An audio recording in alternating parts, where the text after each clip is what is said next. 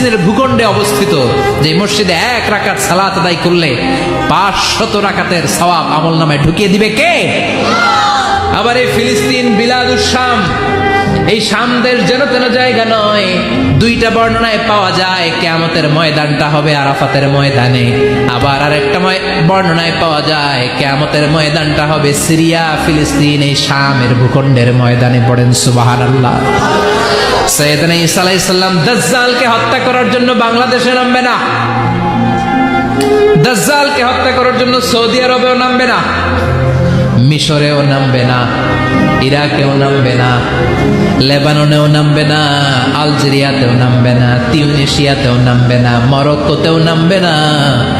সাইয়েদনা ঈসা আলাইহিস সালাম দাজ্জালকে হত্যা করার জন্য ফিলিস্তিনের দামেস্কের জামে মসজিদের সবচেয়ে বড় মিনারার পাশে 2 জন ফেরেশতার পাখার উপরে ভর করে জমিনে নেমে আসবেন।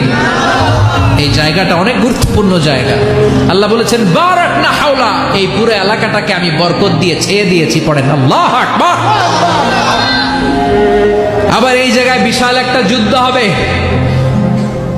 ফিলিস্তিনের একটা শহর আছে আল গৌতা, এই গৌতা শহরে মুসলমানদের কেন্দ্রবিন্দু হবে। কিয়ামতের আগ দিয়ে যা যা ঘটবে সব এই ফিলিস্তিনে ঘটবে।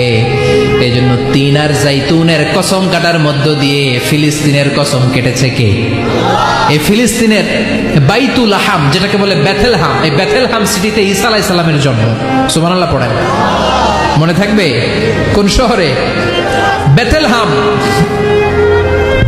বেথেলহাম শহরে ঈসা আলাইহিস সালামের জন্ম। তার মানে আল্লাহ ঈসা নবীর জন্মস্থানের কসম কাটলেন। এরপরে আল্লাহ বললেন ওয়াতুরে সিনিন, তুর পাহাড়ের কসম, সিনাই পর্বতের কসম। তুর পাহাড় হলো মিশরে, মিশর হলো মূসা আলাইহিস সালামের জন্মস্থান। আর ওয়াহাদাল বালাদিল আমিন, এই নিরাপদ শহরের কসম, মানে মক্কাতুল মুকাররমার কসম। মক্কা মুকাররমা কার জন্মস্থান? জোরে বলেন, আরো জোরে বলেন। বিশ্বনবীর জন্মস্থান। 3 জন বড় বড় পয়গাম্বর যেই 3 দেশে এসেছে, আল্লাহ 3টা দেশের কসম কাটলেন। 3টা বড় বড় শরীয়তের ধারক বাহক এই 3 জন নবী, উলুল আজমি মিনার রাসূল। এজন্য আল্লাহ বললেন ওয়াত্তিনি ওয়াজ-যাইতুনি ওয়া তুরি সিনিনা ওয়া হাযাল বালাদিল আমিন। তিন আর জাইতুনের কসম, মানে ফিলিস্তিনের কসম। ওয়া তুরি সিনিন, তুর পাহাড়ের কসম, মিশরের সবচেয়ে উঁচু পাহাড়, যেই পাহাড়ের চূড়ার উপরে উঠে সাইয়েদনা মূসা আলাইহিস সালাম সরাসরি আল্লাহর সাথে কথা বলেছেন।